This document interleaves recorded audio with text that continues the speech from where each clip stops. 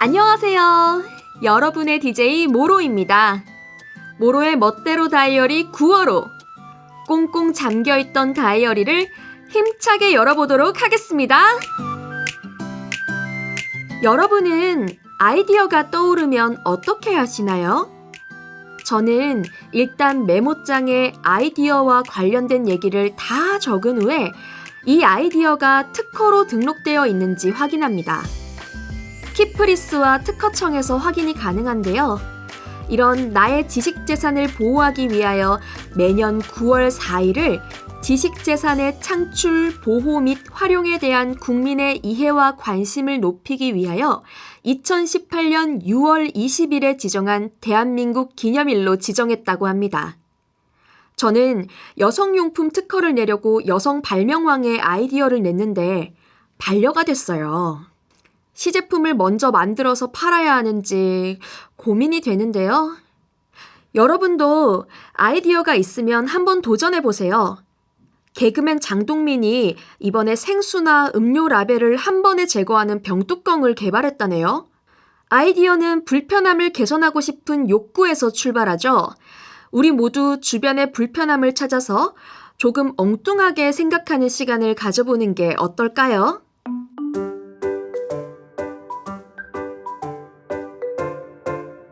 가을 하늘 공활한데 높고 구름 없이. 뜬금없이 웬 애국가냐고요? 모두가 아는 애국가 3절의 한 소절을 푸른 하늘의 날을 맞이해서 한번 불러봤습니다. 가을 하늘은 유독 높고 푸른데요. 매년 9월 7일은 푸른 하늘의 날입니다. 대기 환경의 중요성을 알리고 기후변화에 대한 이해와 관심을 높이기 위해 제정한 날이래요. 여러분, 가을 하늘이 왜 유독 더 푸른지 아십니까? 그건 수증기가 없고 미세먼지가 없으면 빛의 산란이 더 잘 이루어지는데 푸른색이랑 보라색의 스펙트럼이 더 눈에 잘 띄어서 가을 하늘이 특히나 더 푸르게 보이는 거래요. 예쁘고 푸른 가을 하늘 사진을 찍어서 배경화면으로 쓰거나 친구에게 전송해보는 건 어떠세요? 맑고 건강한 마음이 고스란히 전해져서 그 사진을 받는 사람의 마음도 맑고 푸르러지지 않을까요? 꼭 그럴 거라고 생각되는 어느 날, 어느 푸른 날에 쓴 다이어리였습니다.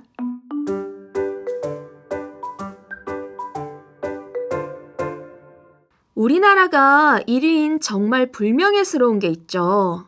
바로 자살률인데요. 9월 10일은 세계 자살 예방의 날입니다. 전 세계에서 생명의 소중함과 국가적, 사회적으로 증가되고 있는 자살 문제의 심각성을 널리 알리고 이에 대한 대책 마련을 위해 제정된 날이라고 합니다. 저도 정말 우울증을 달고 사는 사람으로서 무슨 마음인지 충분히 이해가 가지만 살다 보면 지나가는 일이 생각보다 많더라고요.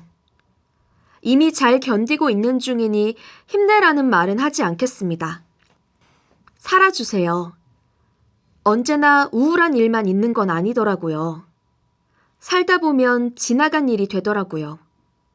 목숨보다 귀한 건 없더라고요. 당신이 꼭 살았으면 좋겠습니다. 힘들면 자살예방 상담 전화 1393으로 꼭 전화해보세요. 대책은 언제나 꼭 있습니다.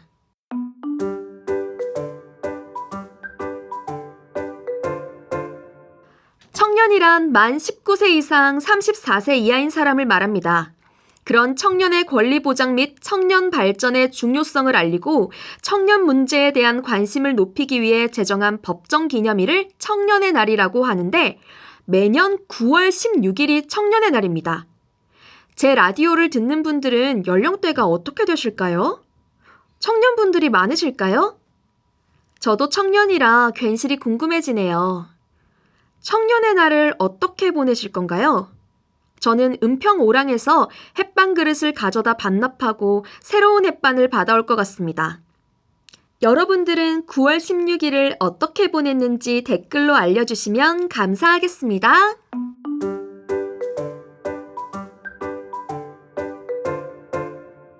치매란 후천적으로 기억, 언어, 판단력 등의 여러 영역의 인지 기능이 감소하여 일상생활을 제대로 수행하지 못하는 임상증후군을 의미합니다. 매년 9월 21일은 치매 극복의 날입니다.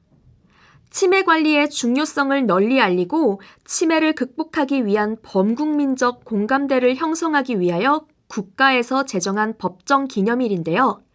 아직까지 치매는 치료법이 나와 있지 않은 만큼 예방이 중요합니다. 몇 가지 방법을 알아보죠. 첫 번째 예방법. 고혈압, 당뇨, 심장병, 높은 콜레스테롤을 치료해야 합니다. 두 번째, 과음, 흡연을 하지 않습니다. 세 번째, 우울증을 치료해야 합니다. 네 번째, 즐겁게 할 수 있는 일이나 취미 활동을 지속합니다. 다섯 번째, 머리 부상을 피합니다. 여섯 번째, 약물 남용을 피합니다. 일곱 번째, 환경이나 생활 방식을 급격하게 바꾸어 혼란을 주는 것을 피합니다. 여덟 번째, 의식주는 독립심을 갖고 스스로 처리합니다. 아홉 번째, 체력에 맞게 일주일에 3일 이상, 하루 30분 이상 적절한 운동을 합니다. 마지막으로 10번째, 건강한 식이생활을 합니다. 저는 위의 내용들에 거의 다 해당되지 않거나 하지 않아서 좀 많이 위험하네요. 운동 및 위의 다양한 활동들을 해보겠습니다. 우리 모두 치매를 예방해봅시다.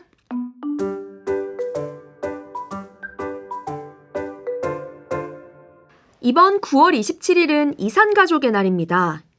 남북 이산가족의 생사 확인 및 교류를 촉진하고 이산가족 문제에 대한 관심을 높이기 위해 매년 추석 전전날을 이산가족의 날로 정한다고 합니다.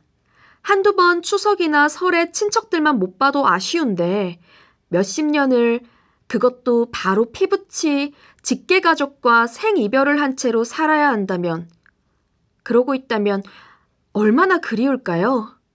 당장 통일이 될 순 없겠지만 이산가족 문제는 당장 해결되어야 하지 않을까 싶습니다. 보고픈 가족들을 떠올리며 조심스레 응원의 마음을 전합니다.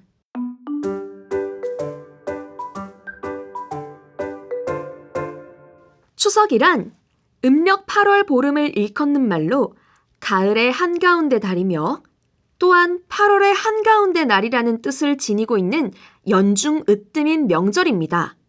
그런 추석이 이번 달 말부터 시작되어 다음 달인 10월 초까지 연휴를 포함하면 총 6일을 쉬게 되는데요. 여러분은 추석 때 멀리 가시나요? 긴 연휴에 무엇을 할 예정이신가요? 저는 할머니와 함께 고스톱을 치면서 6일을 보내지 않을까 싶네요. 아마도 연휴가 끝나면 아귀나 예림이처럼 타짜가 되어 있을 것 같습니다. 추석하면 송편인데 저는 잡채 생각이 많이 나서 며칠 전에 할머니한테 전화를 걸어서 잡채가 먹고 싶으니 해달라고 미리 얘기를 했습니다. 가서 열심히 설거지를 할 예정이니 귀엽게 봐주세요. 할머니와 바다 앞 카페도 가고 고스톱도 치는 즐거운 추석이 될 것 같습니다. 그럼 저는 9월의 마지막 날 친척들과 함께 즐거운 연휴를 보내고 보름달처럼 둥근 얼굴과 송편 같은 푸짐함으로 돌아오겠습니다. 이 다이어리처럼 멋대로 쓴 사연 보내주시면 따뜻한 커피 한 잔 쏩니다. 그럼 사연을 기다리는 마음과 함께 멋대로 쓴 다이어리를 들고 10월에 찾아뵙도록 하겠습니다. 모두 안녕!